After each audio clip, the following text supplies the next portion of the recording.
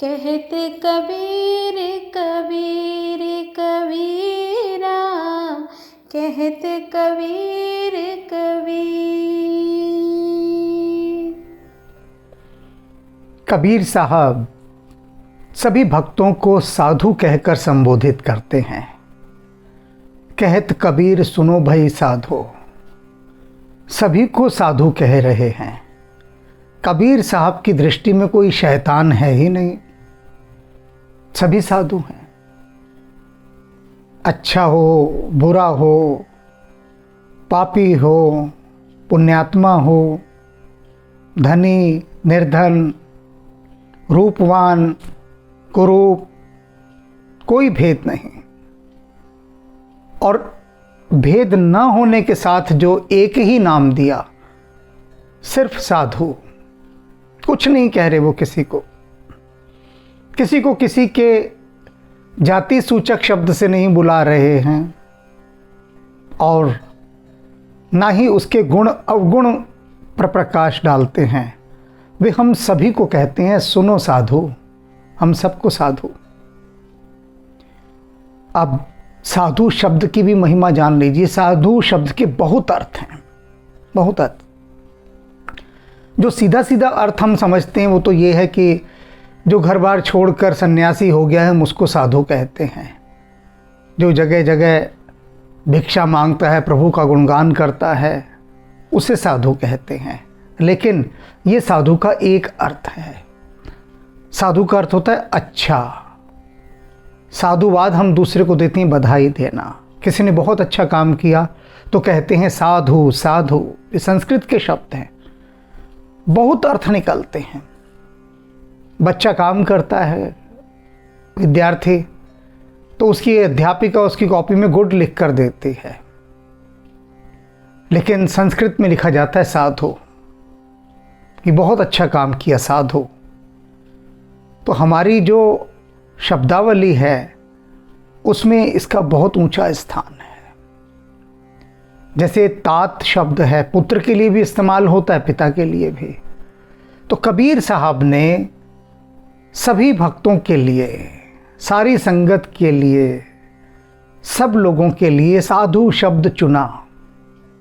अब जब किसी शैतान को साधु कहा जाएगा तो वह शैतान 10 बार सोचने के लिए विवश होगा कि मुझ में तो साधु जैसा कुछ भी नहीं है, और कबीर साहब मुझे साधु कह रहे हैं।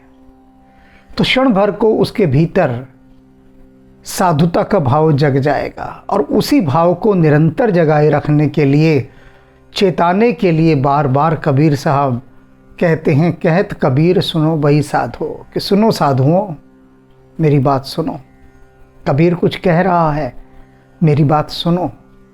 तो आज सभी साधुओं को कबीर साहब क्या कह रहे हैं, सुनते हैं। जाति न बूझो साधु की, बूझ लीजिए ज्ञान। जाति न बूझो साधु की, बूझ लीजिए ज्ञान। मोल करो तलवार का, पड़ा रहन दो म्यान कबीरा, पड़ा रहन दो म्यान। जात न बूझो साधु की। साधु की कभी जाति नहीं पूछनी चाहिए कि महाराज किस जाति के साधु हो। और यहाँ साधु का एक नया अर्थ निकल कर आ रहा है। अभी तो मैंने इतने अर्थ बताए, अब यहाँ साधु का अर्थ वो सन्यासी नहीं है जो गेरुए श्वेत या पीले वस्त्र धारण करके भिक्षा मांग रहा है, प्रभु का नाम ले रहा है। यहाँ उस साधु की बात नहीं कर रहे हैं। कर भी रहे हैं, नहीं भी कर रहे, दोनों पक्षों पर प्रकाश डाल रहे हैं। यहाँ साधु कौन है? गुणवान व्यक्ति, गुणी व्यक्ति। कहते हैं जिसके पास गुण है, प्रतिभा है, टैलेंट है, उसकी जाति नहीं पूछनी चाहिए, बिल्कुल नहीं पूछनी चाहिए। जात न पूछो साधु की। हमें क्या लेना देना।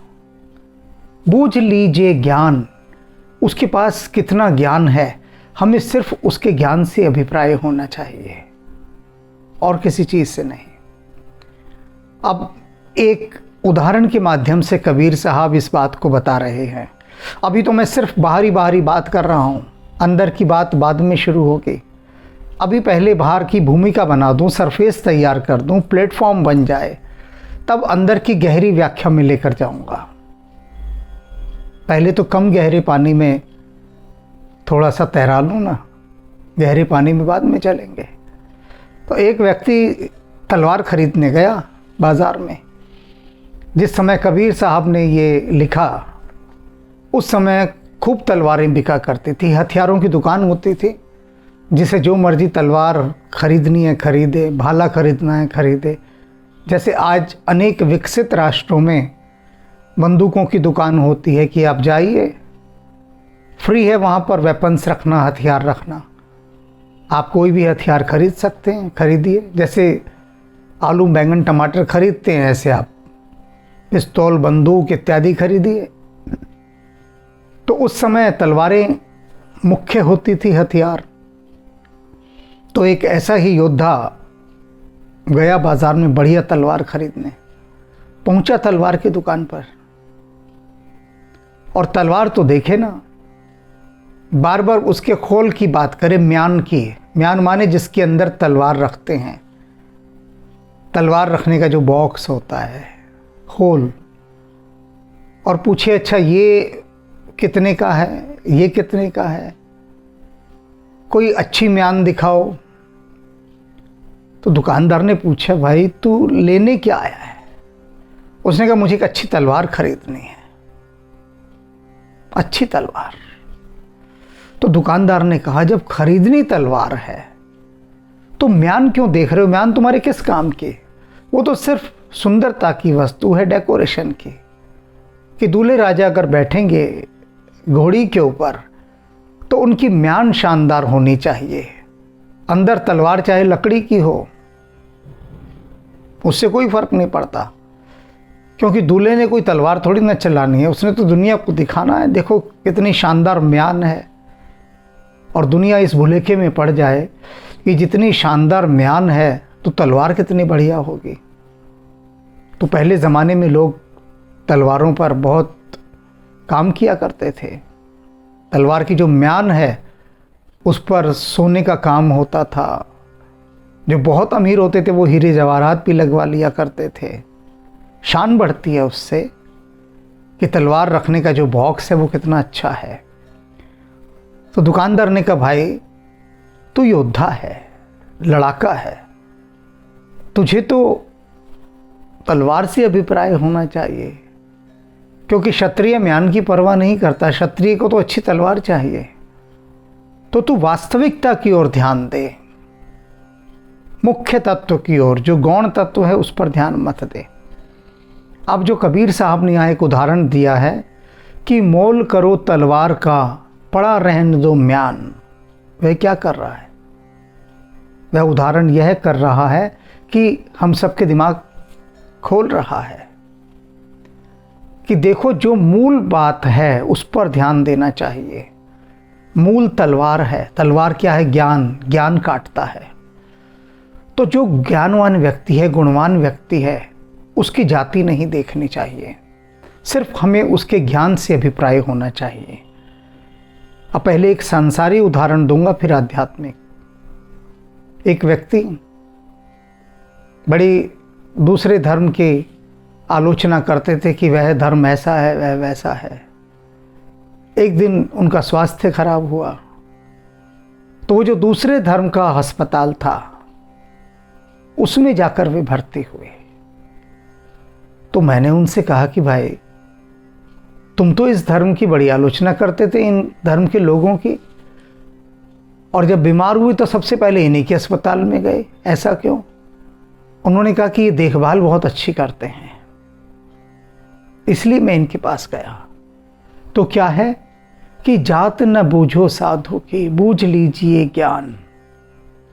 अब हम ये सोचकर कि जो इतने आविष्कार हुए, हवाई जहाज़ बना, रेलगाड़ियाँ बनी, कि ये तो विदेशियों ने की हैं, हम तो इनका बहिष्कार करेंगे, हम तो इनमें नहीं बैठेंगे, ये भारतीयों ने थोड़ी ना बनाई है, हमारी जात बिरादरी की, हमारे देशवासियों ने थोड़ी ना बनाई है। तो बात बिगड़ जाएगी। जो भी गुणवान व्यक्ति होता है, हमें उसके गुण से अभिप्राय होना चाहिए। वह किस जाति का है, किस मत को मानता है या नहीं मानता है, इन सब बातों से कोई लेना देना नहीं, कोई भी। सिर्फ और सिर्फ उसके ज्ञान से अभिप्राय होना चाहिए। अब अध्यात्म के जगत में ले जाता हूं, थोड़ा घुमाता हुआ। मीराबाई के गुरु थे संत रैदास। मोची का काम करते थे, जूते बनाते थे, चप्पलें बनाते थे, चमड़े का काम था। अब लोगों ने उस समय बड़ी आलोचना की कि मीराबाई तो इतने कुलीन घराने की, और इसने अपना गुरु चुना रैदास को, जो कि जूते गांठने का काम करते हैं। अब मीराबाई को इससे कोई अभिप्राय नहीं था। मीराबाई को तो तलवार चाहिए थे, धारदार, जो काट दे सारे अज्ञान को, और वो रैदास के पास थी। तो मीरा ने वही कहा, वही किया।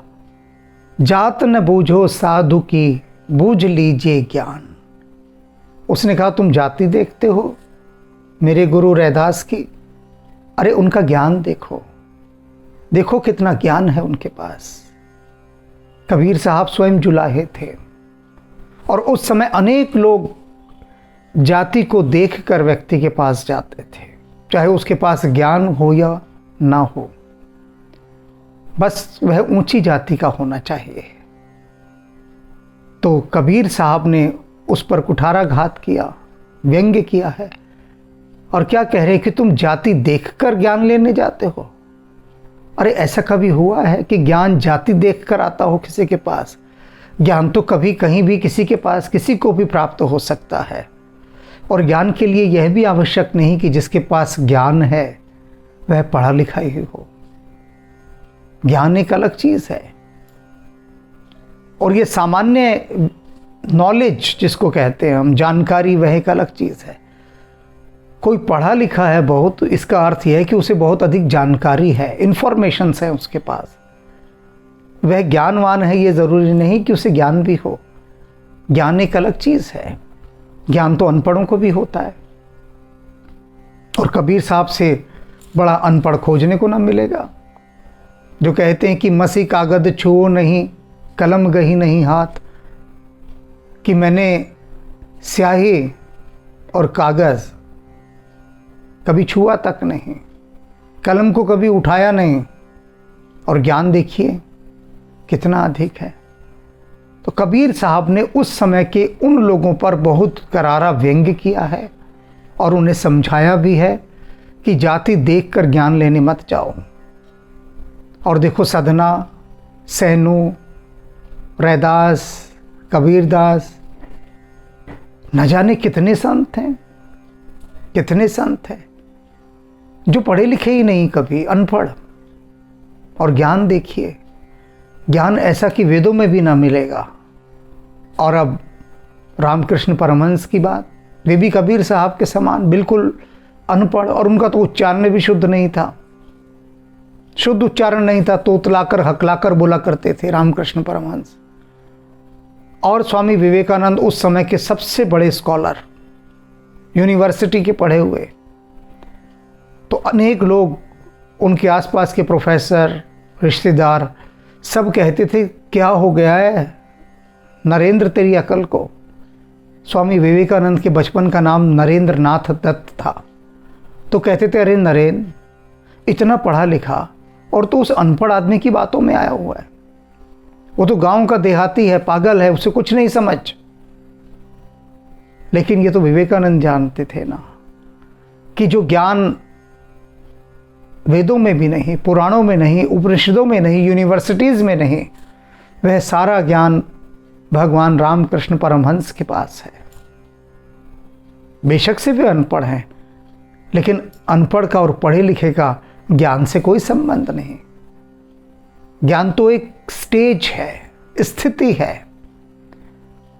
भीतर के ऊर्जा चक्रों को खुलकर उनके भीतर समाये हुए प्रकाश को प्रकट करने की स्थिति है ज्ञान। तो कबीर साहब ने उस समय भी और आज भी और हमेशा के लिए बात लोगों को समझा दी कि इसे अपने मन में बिठा लो, बुद्धि में बिठा लो कि जात न बूझो साधु की। जो भी ज्ञानी है, ज्ञानवान है, गुणवान है, प्रतिभावान है, तुम्हें उसकी जाति से क्या लेना देना। अब एक अच्छा चिकित्सक है, डॉक्टर है कोई बहुत बढ़िया, अब वह किसी भी जाति का हो, हमें उसकी जाति से क्या लेना देना। हमें तो उसके डॉक्टरी ज्ञान से लेना देना है।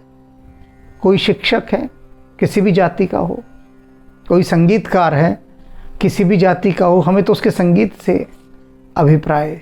कोई चित्रकार हो, मूर्तिकार हो, कोई खिलाड़ी हो, अर्थात कोई भी प्रतिभावान हो, गुणवान हो, तो उसका जो गुण है, हमारा संबंध, हमारा तादात्म्य, हमारा लेना देना बस उस गुण के साथ होना चाहिए, उसकी जाति के साथ नहीं। तो यदि ये भीतर की ये जातिवाद की जो एक कुंठा है, ये जो एक कांटा गड़ा हुआ है जातिवाद का, अगर यह निकल जाए भीतर से, तब तो बहुत बड़ी क्रांति हो जाएगी, बहुत बड़ी। और उसी क्रांति को करने की बात कबीरदास कर रहे हैं और सारे संसार को समझाते हुए कह रहे हैं, जाति न बूझो साधु की, बूझ लीजिए ज्ञान, मोल करो तलवार का, पड़ा रहने दो म्यान कबीरा, पड़ा रहने